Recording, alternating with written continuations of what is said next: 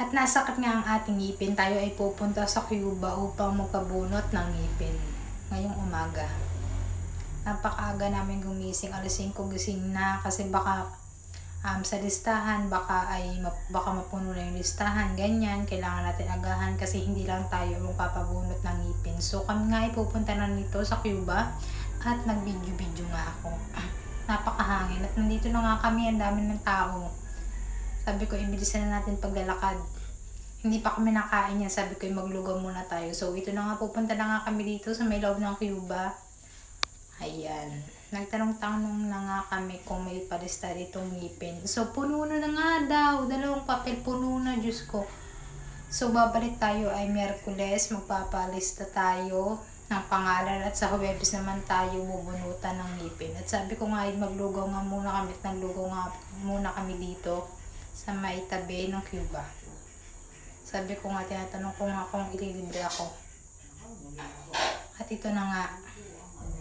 Ayan. Ayan ang mga menu. Mura lang dito. Masarap dito. Napakasarap na lugaw dito. Kung nakikita nyo naman ang aking vlog, ay napakasarap dito na kayo maglugaw. May mami at may lomi.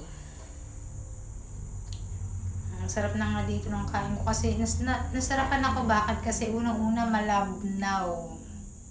Ay, malapot pala, sorry. So, ito na nga, binaunan ko, binila ko na rin si Haven ng lugaw para makakain siya. Ito nga, pauwi na kami. So, Huwebes kahapon, bumalik ako ng umaga at ito na nga, nag-BP. Ito yung totoong araw na bubunutan na talaga ako. Dahil napakatagal ng doktor. Nag-video muna ako dito. So, ito, nag-CR na ako. Ihina ako sa kakantay. Ito, nag-CR muna ako din sa baba. At ako'y tataas na naman. So, ito na nga, ere na yung kasunod ko. So, ako na yung kasunod.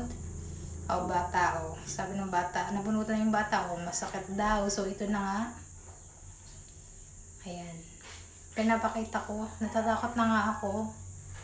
Dahil ako na ang next. Nakikita ba naman mga ganitong mga tools? Pag di ka naman natakot at kabahan ito na ka nga naman. Bakit tinatawag? Hindi pa naman ako yung naisasalang. Natakot tuloy ako. So, ito ko na nga, nabunutan na nga ako. Kari na nga, pauwi na nga ako. Pinigyan ako ng gamot. Mahapdi pala, masakit siya. OMG, ang sakit. Bagang pala, pinakamasakit. Kasi, mahaba. Ayan na nga, pauwi na nga ako.